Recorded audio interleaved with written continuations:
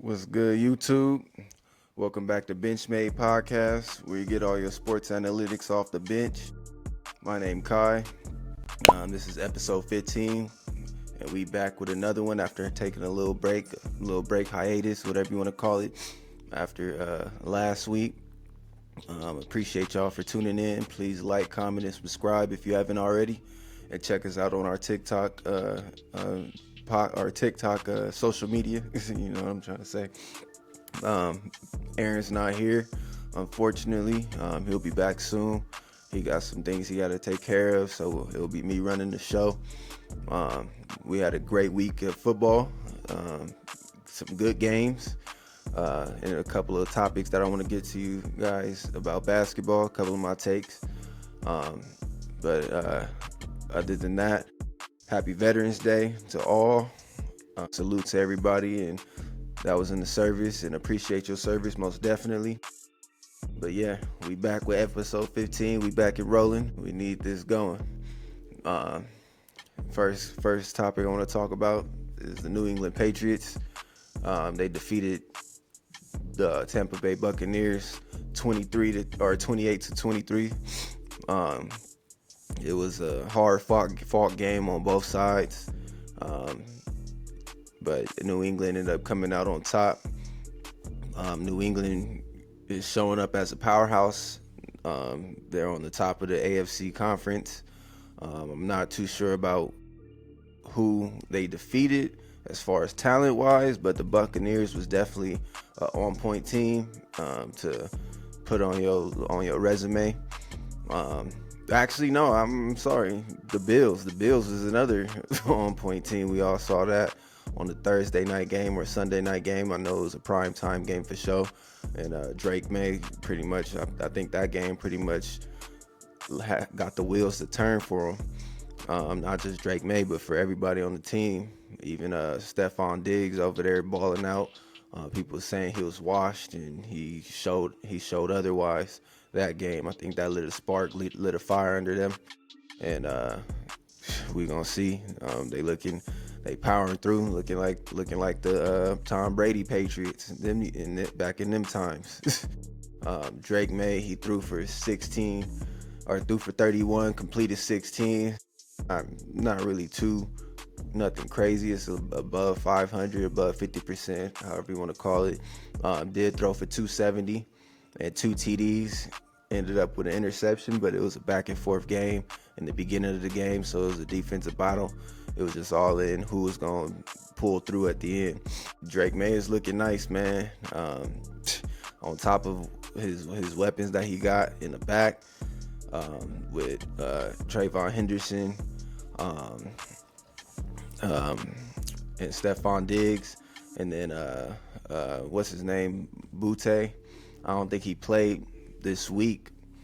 I think he's succumbed to an injury, but they still got some solid talent on top of with the O-line. The O-line is young, but they still making shit shake over there. My take on it is at this point they could beat anybody, you know what I'm saying?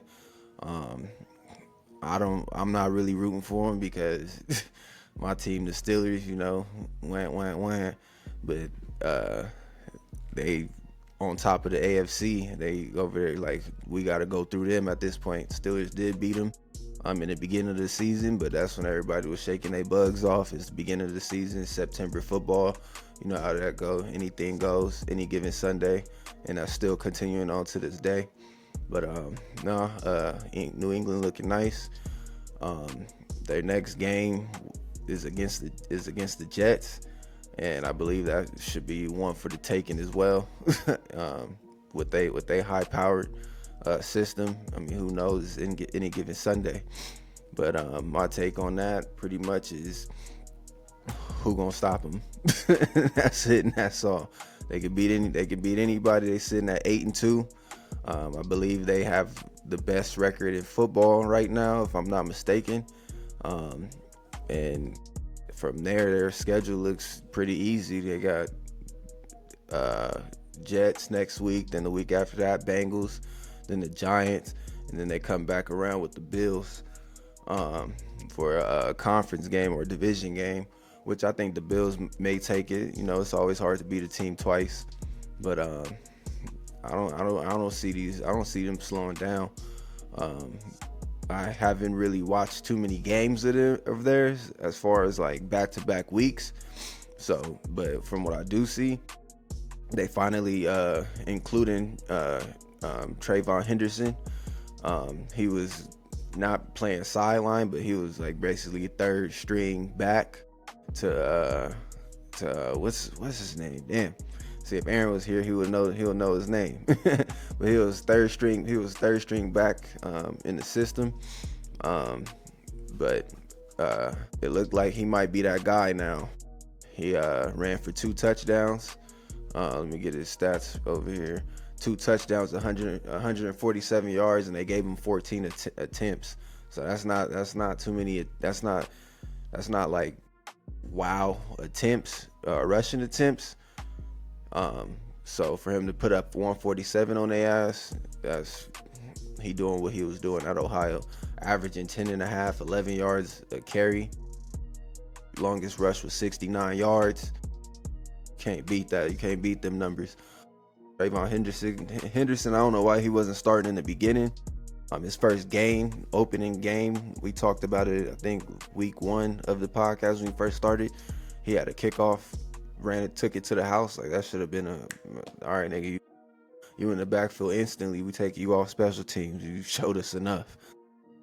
But they gave him some slow burn, but he taking advantage of the situation that he got now. And then the next back behind him was Jennings. He had 4 attempts, 5 yards. He was just pretty much coming up as basically a breather for Trayvon Henderson. I know the last running back, I don't know if it was Jennings or I forget dude's name, but I know he had some fumble trouble throughout the whole year, and he had some bad fumble trouble last year, which is kind of shocking why Trayvon Henderson wasn't in the beginning as well. I know he a rookie and everything, but you coming out of Ohio State and playing Big Ten football, winning you a national championship, that should show that you're at least a powerhouse. You should be getting at least 6-7 carries a game, 8-10 actually, behind dude that was starting in front of him. But no, this team, the Patriots, is a powerhouse team, and you can't deny them. They taking down who they need to take down. They the top of their conference. They get the top of their conference. They got some. They took down the heavyweight in the Buffalo Bills that we thought was gonna be pretty much top of the conference, Super Bowl contenders, or in the Super Bowl at least, not Super Bowl contenders, which they still are, but they looking kind of shaky over there. Just lost to the Dolphins, like that was a shock. Like I said, football is any given Sunday. But yeah, New England on top of the AFC North. Congrats, it's been a long time coming. I know they fans is very much happy they found their quarterback. Drake May only second year in, so he's for sure a franchise star, and he definitely emerging amongst the rookies that he came in with from last year. The only other rookie I could see that emerged on their second year would be, it's hard to even tell. That rookie class was so stacked. Oh, Bo Nix, but he kind of shaky himself. I think by year 3, Bo Nix might be able to step up and sling that rock and be confident in himself. The play calling itself is still kind of shaky. I know, and on TikTok they were saying it was a bunch of dink and dunks that Sean Payton was calling, and that can go to trusting in your quarterback to not make them bon voyage type plays. But other than that, Drake May, he emerging in that rookie class of last year for sure. But congratulations to New England, because they for sure turned they season, or they whatever you want to call the team around. So yeah, salute, but no salute.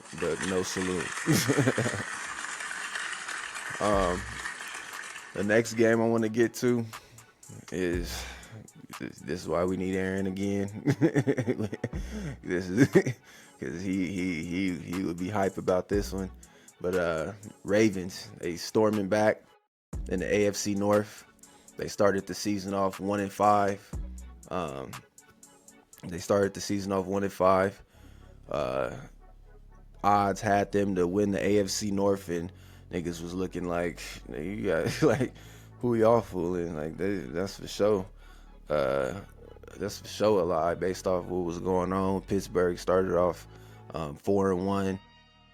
Baltimore 1-5, and then the only other team that was gonna beat us was the Bengals, but they ain't got no defense to save their ass, so they out of the picture. I heard something about off topic, but I heard something about they trying to rush Joe Burrow back, which is, what the fuck is the point of rushing Joe Burrow back if you can't stop a nosebleed? You feel me? Like, you can't stop anything on defense. What is this nigga about to come back and play corner, nigga? You about to put him on the defensive side of the ball? And it doesn't matter. You put up 40, you gonna give up 41. But back on topic, Ravens end up defeating Vikings 27-19. I was rooting for the Vikings this whole time, because I knew if they won this game, it's over for the Steelers. They ended up coming through. It was kind of shaky in the beginning. I thought the Vikings was going to take it. What's his name? JJ McCarthy started off hot and strong. And then just his rookiness just helped him fizzle out. JJ McCarthy went 20 for 42. Threw for 248, which is cool numbers. 1 TD, 2 interceptions, and the 2 interceptions was just pretty much give me interceptions. Ravens basically stole this game, or not stole this game. Ravens was giving this game most definitely. That's what makes me pissed off too, because it's like, dog, y'all had it in the bag. This would have been JJ McCarthy's back-to-back win, especially against another dominant team. But like I said, his rookiness just had him fizzle out. But yeah, so we'll see where it goes from there. But as what it looked like is, Ravens is about to come back and take the North. Their next game this coming weekend is against the Browns, so they winning that game. I think it's gonna be a hard-fought game defensively, because you know how Browns get when they play the Ravens or a conference game. All of a sudden, them niggas want to be something, or they want to fight for something and shit for no reason. But at the end of the day, you got to score points, and that's what Browns is not doing. They were able to score against the Jets last week. Still came up with a loss, but come on now, that's the Jets. Jets is over here. They just finally got a win the week before and shit. Like, you know what I'm saying? So they that should be a Ravens game. Lamar Jackson is back and healthy. They won 3 straight. They beat the Dolphins, they beat the Bears, and then they beat the Vikings. They beat the Bears with Tyler Huntley, and then Lamar Jackson came with two games versus the Bears and the Vikings, and had a pretty good game. His numbers in the air wasn't phenomenal. 17 for 29, so he threw, but he only got to 176, which he didn't have to, because the run game was there and established, and it was a defensive game. Vikings defense is still solid. They just gotta, fix their offensive side.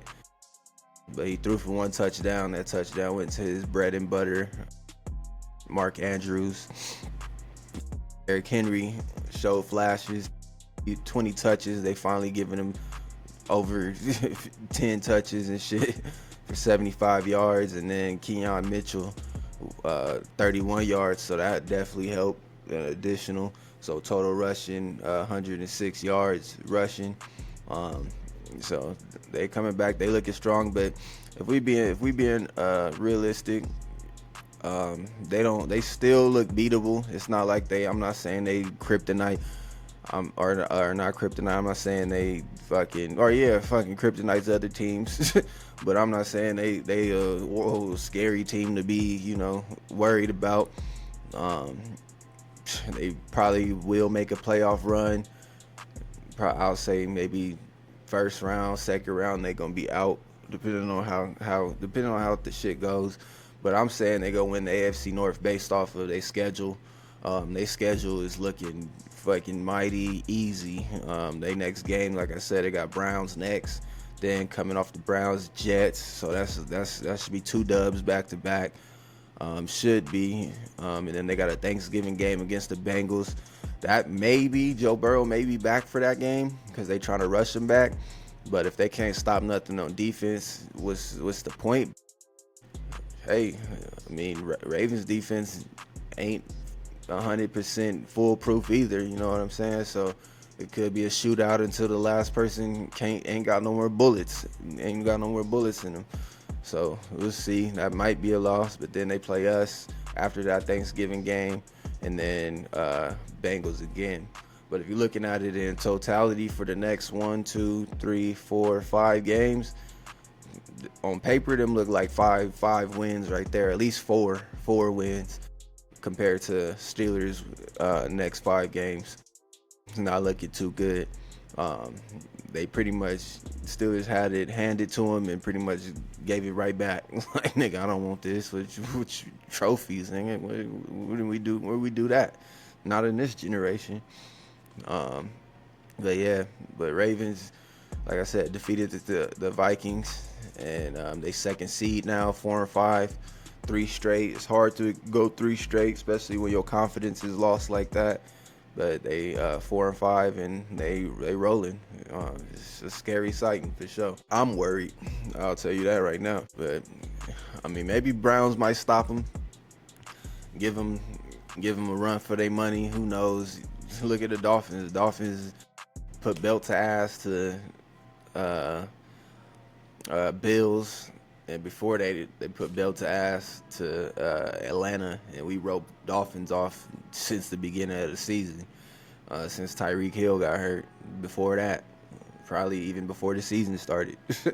But they ended up they pushing forefront. So hopefully the Browns is able to save it, because right now they just one game behind from winning the North. Hopefully the Browns can stuff them and put them 2 behind. But if we being realistic, I think the Ravens is taking this motherfucker. I don't know if there's ties in division conference, but that's probably bare minimum. That's gonna happen is a divisional tie. But yeah, it's looking ugly. But like I said, 19-27, Ravens on top, 4-5 now. We'll see what goes from there. Next topic is one that we pretty much all kind of figured what was gonna happen. Brian Dayball, he ended up getting fired from coaching. He was hoping Jackson Dart can save his career, and it just didn't happen. Brian Dayball was in the hot seat since the beginning of the year. He wanted Jackson Dart, according to sources, he wanted Jackson Dart to start originally, but to me it seemed like it was fighting for Russ to start the season, and just if Russ falls off, then he'll put in Jackson Dart. But from the sources, it sounded like it may have been like some issues with the general management and the head coach, Brian Dayball himself. And they just had to pretty much pick somebody out, like, one of you niggas is about to be gone, and which one is it? So it might have been some snitching going on, like he did this, he did that. Who knows what happened? But Brian Dayball just got torched yesterday, or today actually, or yesterday, Monday. And we'll see what happens from here. It kind of sucks to get fired and relying on a rookie quarterback. Jackson Dart is a talented man, but you can't depend on a rookie quarterback, especially with the play calling. Also, nigga, 4 games, they could have at least had 4. What is their record? Like 2-8. It says right there. They could have been 6-4 if they would have been coached right to stay in them leads that they had. They blew a Bears lead. They blew a Broncos lead. And then there was 2 others, but they blew 4 leads for sure. So when eyes is already looking at you and fans is like, come on, man, like I'm tired of this shit. Like, football is a motherfucking it's a business, you know what I'm saying? So you can't sit up here and play around about people's money, especially when they're investing in gear, jerseys, and etc., seats, tickets, people flying out, and this is what you selling them. You selling them some bullshit like this. So yeah, I mean, it's kind of sad, but I mean, it is what it is. Then he looking like he on a hot seat. By, like I said, his play calling, he just relying on Jackson Dart. Jackson Dart went into the tent for four concussion protocols. I think this last one he actually ended up getting concussed. One of them we all saw against the Eagles when he got concussed. He was supposed to have a protocol. Brian Dayball shitting in his pants, going into the tent, making sure he get back out on the field because he know his job is on the line. If they would have lost that game, probably would have been canned a game after that, you know what I'm saying? But they gave him a chance. They won against the Eagles, divisional game at the Eagles' home, so they was like, all right, maybe this is the answer. But yeah, it's looking ugly. They ain't got Malik Neighbors over there. Jackson Dart probably gonna be out for a week. Scatterboo, I think he done for the season. I'm sure he done from the season after that motherfucking injury. That shit look grotesque. So he done for the season. It's looking bad. But yeah, Brian Dayball, he's up out of there. I don't know who they gonna bring in next. Didn't do too much deep diving into that. Is the next guy gonna change it around? I mean, nah. I mean, the season over with at this point. Quarterback gone. He ain't got no weapons to rely on.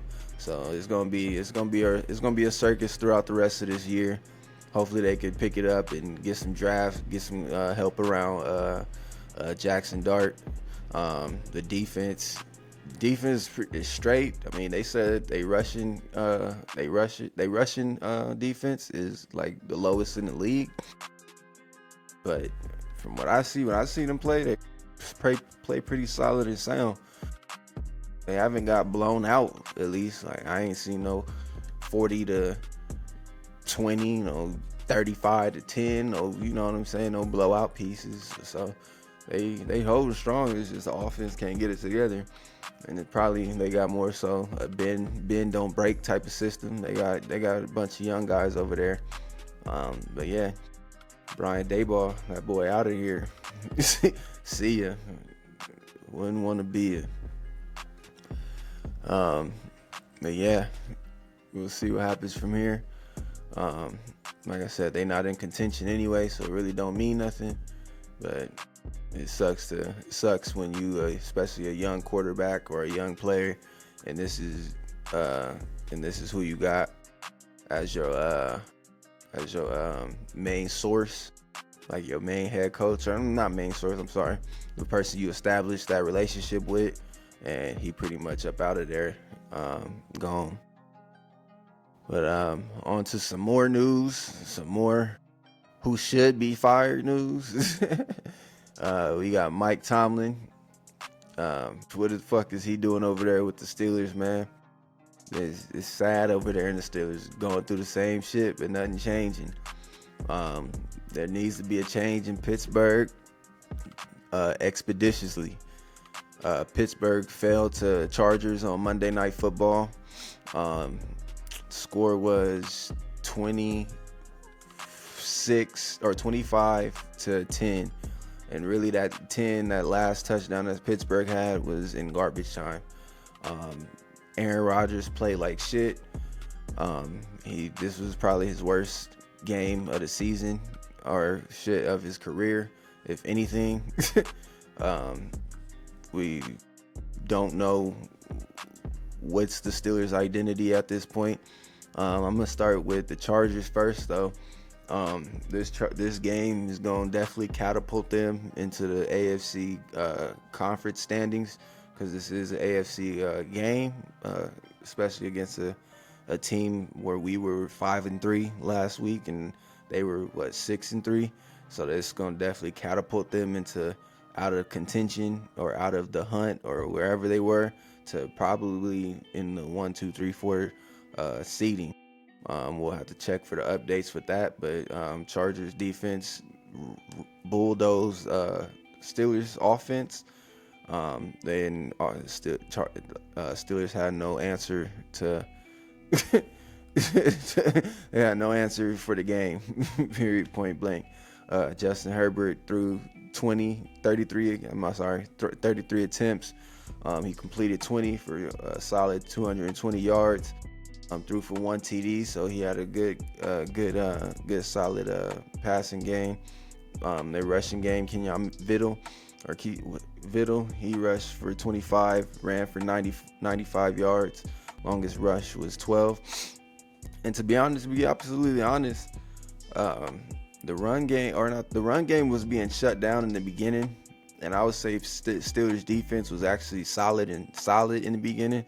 Multiple 3-and-outs. They didn't get any takeaways, but like if we being realistic, like this is NFL football, you shouldn't have to rely on getting 6 takeaways a game to try to be victorious. You know what I'm saying? 2 takeaways at minimum, and that's a stretch. But defense did play well. They just didn't have offense to help them out. They stopped them. They only scored 25 points, and the last few scores was off of mistakes. I think there was a muff punt. Steelers had a safety, like, you know what I'm saying? Like, so those little trickle points add up. But they really kept them to mainly field goals. And one score from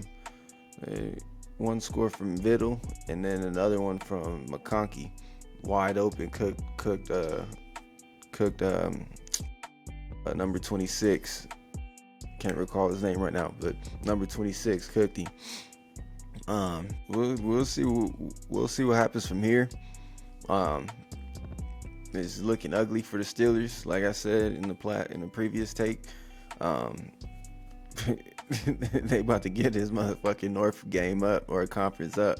It's over with for them. It's not looking good. The next 5 games will be Bengals, which is they beat us last game by 3, I believe, and Bears. Bears is they not the bad news Bears no more, or whichever way you want to take it with the bad news Bears.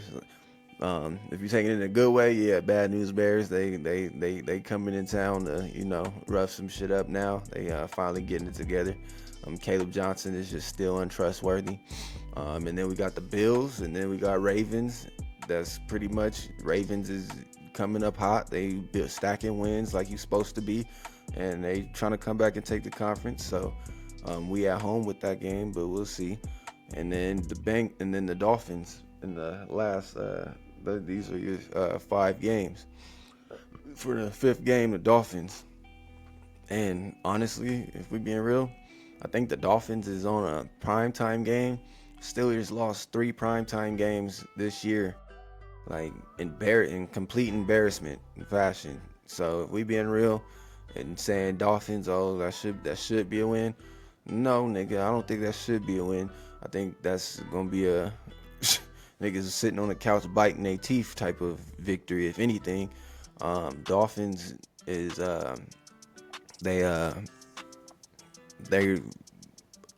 we don't know what they are. They beating good teams. They sorry as shit. They not making playoffs, let's be honest. Or not be honest, like we could be real on that. Everybody could agree with that. They not making the playoffs.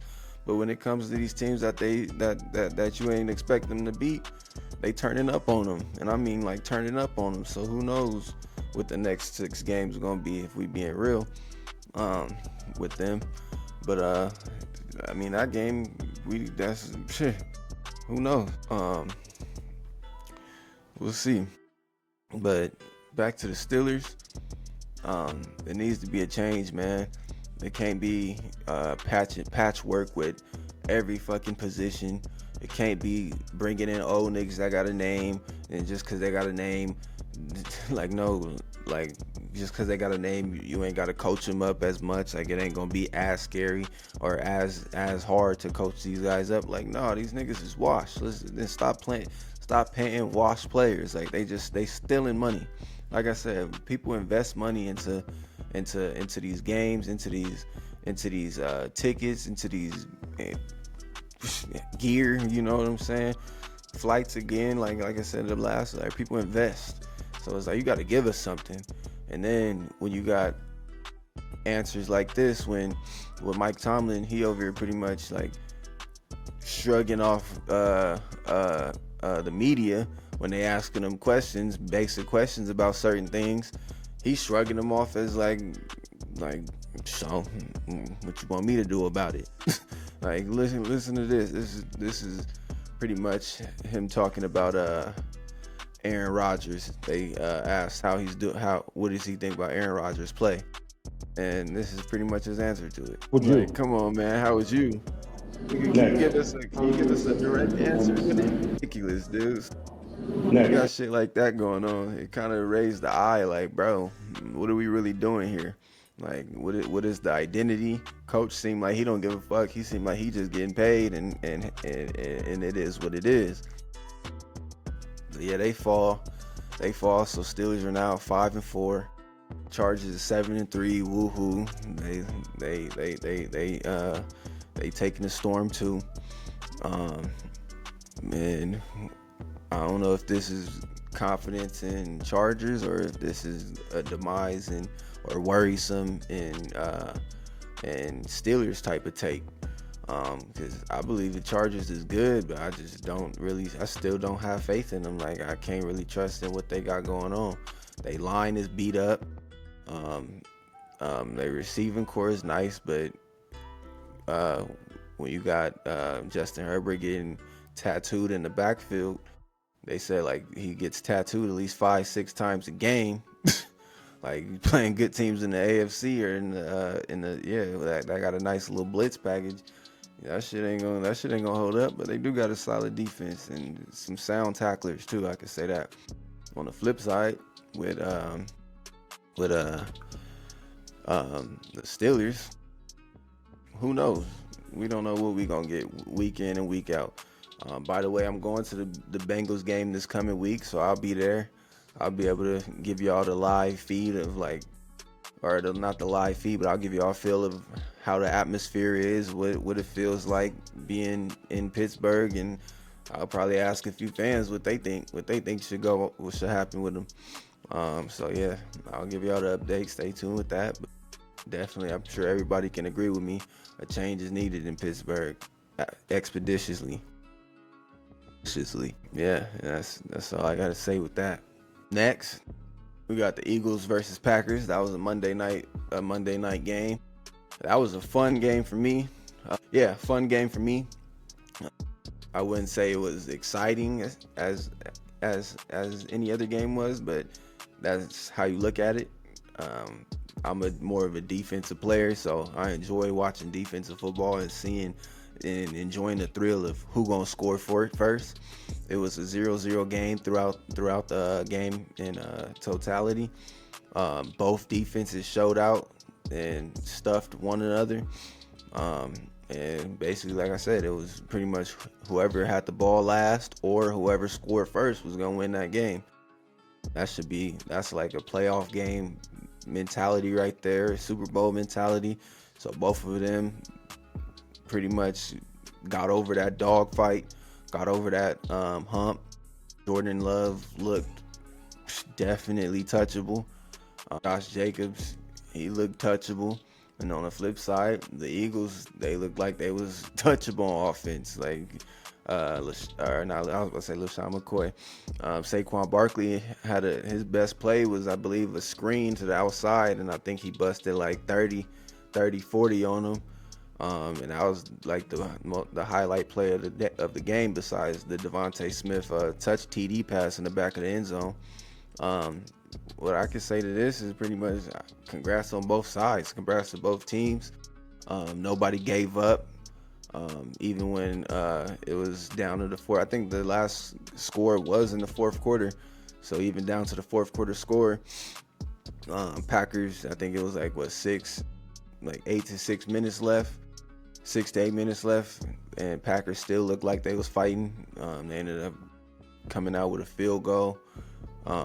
Actually, let me make sure I'm getting my stats right, because I think did the Packers score 10? I think I might be wrong. It might have been 10-3, but I feel like the Packers scored 10. Okay, so it was 10-7. So 7-10. So Packers ended up scoring towards the end of the game. It was definitely a good game to watch to the very end, because you pretty much on your seat like, nigga, like if one of these niggas score, it's over with. But both quarterbacks didn't really have a good game.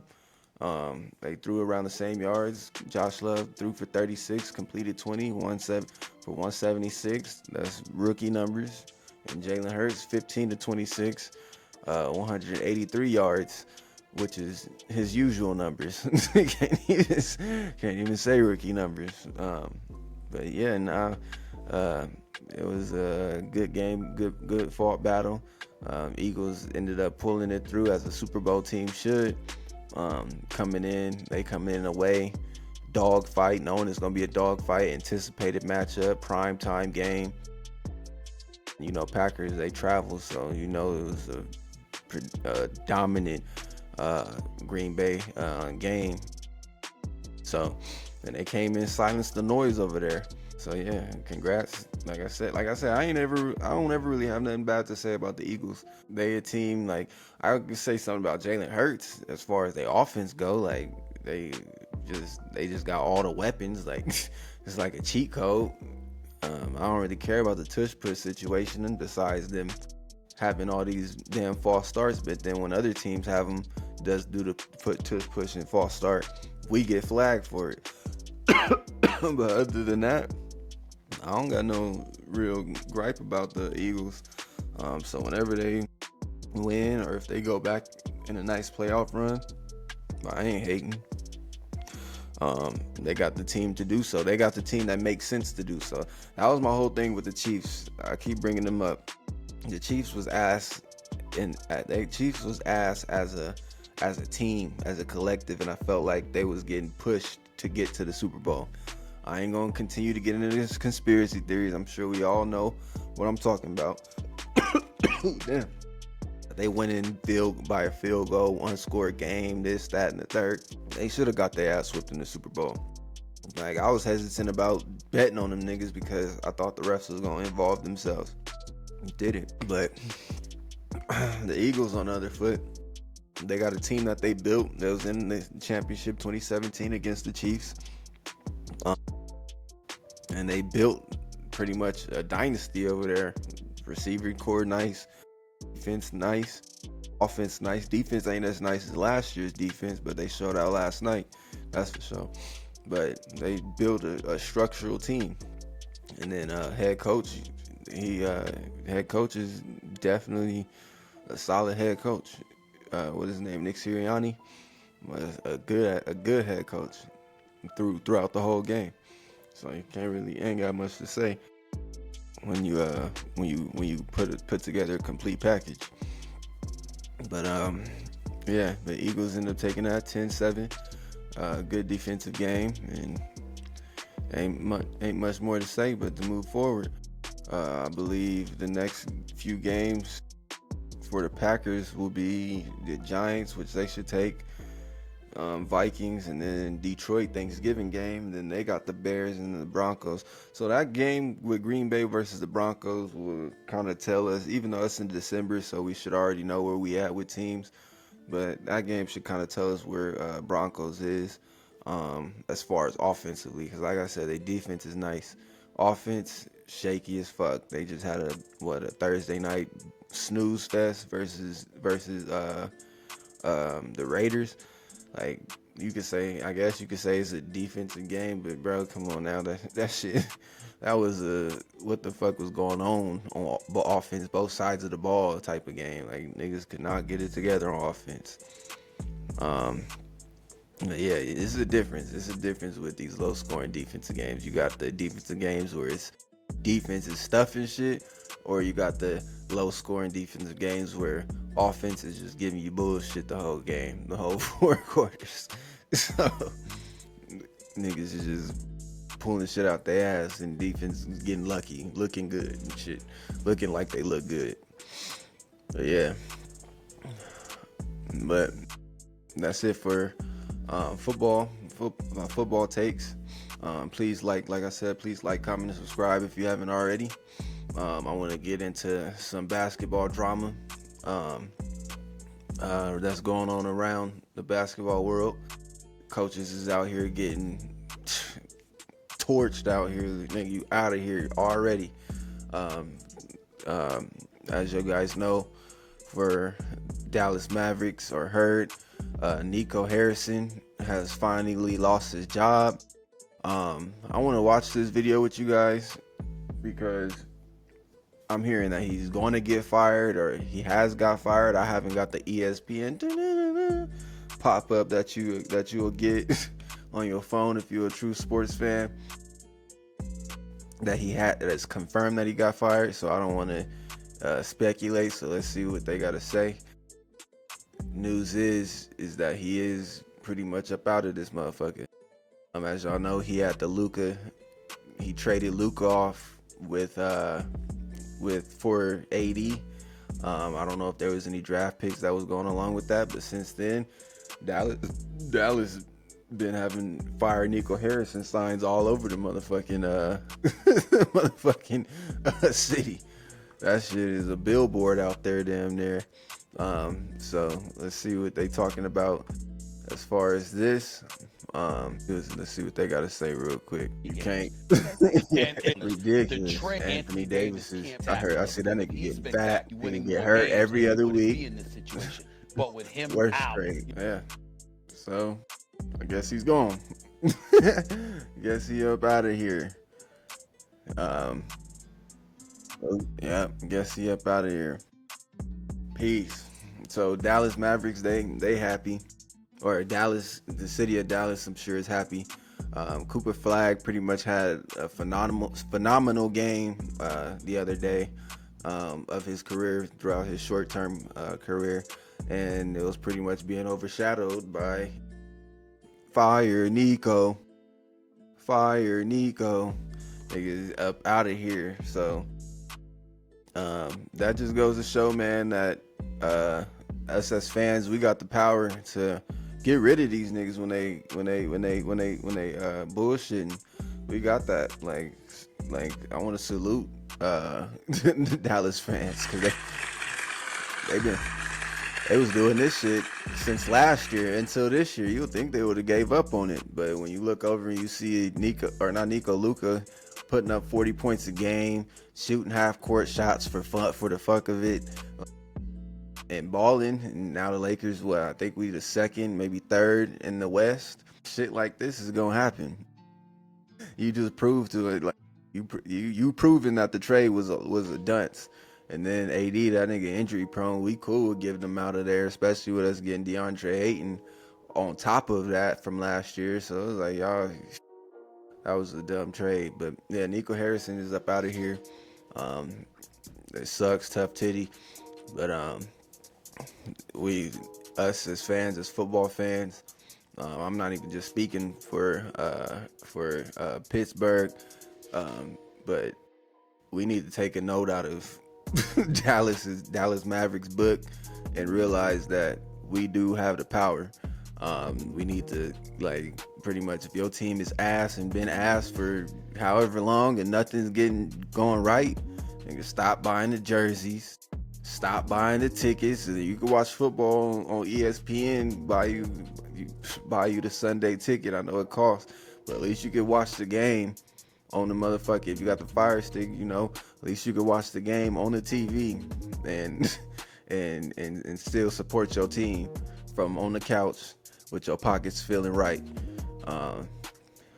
Cause this shit ain't cool with what GMs is selling us, coaches is selling us, owners is selling us, and we as fans just falling gullible every year, getting scammed out our money. Like, come on, man. I mean, I know like every team ain't gonna be good. Don't get me wrong, but it's like, nigga, if I'm paying money and nothing change, like, bro, I'm investing for y'all to change. Like, I'm putting trust. I'm a fan. I'm a fanatic. That's where the word come from. Like, for y'all to change and y'all not. So, salute to Dallas fans. Y'all earned that one. I don't know where y'all gonna go from there. A GM doesn't sting as much as a coach, because GMs and the players aren't really, in tune with each other, besides like the money, business, and promoting aspect of it. But as far as like coaching and being on that court or field, the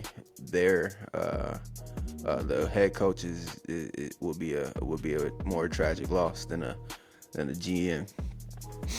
But yeah, he out of there. Like I said, congrats again. Next, LeBron James is soon to return. I can't even pronounce this, from a sciatic injury, whatever.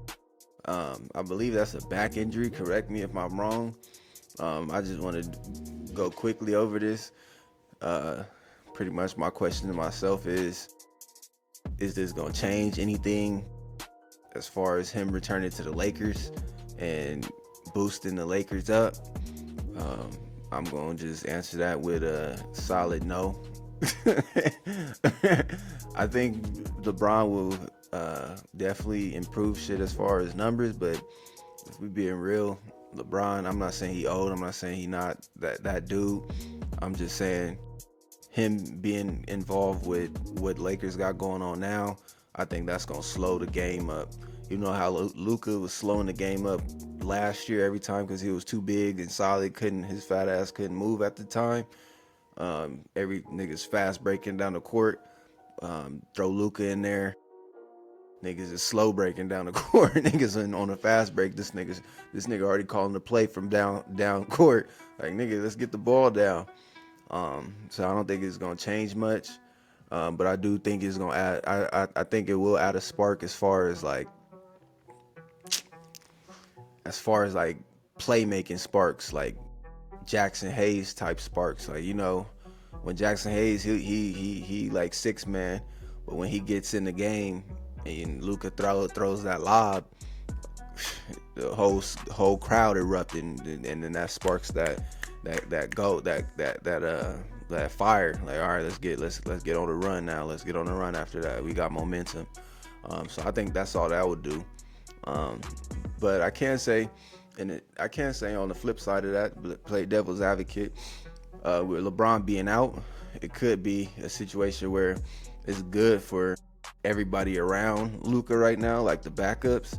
They can build their confidence to go into a game with LeBron, or they can build their confidence of what they established, and then once LeBron gets included into that, then there will be more so, all right, shit, we already, we already comfortable. You can move to the side. I'm about to ISO this nigga. You know what I'm saying? I'm about to drive down the lane and then dish it to LeBron, or LeBron can dish it to them and be comfortable, and they can be comfortable and playing. Because everybody that plays around LeBron, it don't matter if it's a rookie or a motherfucking superstar.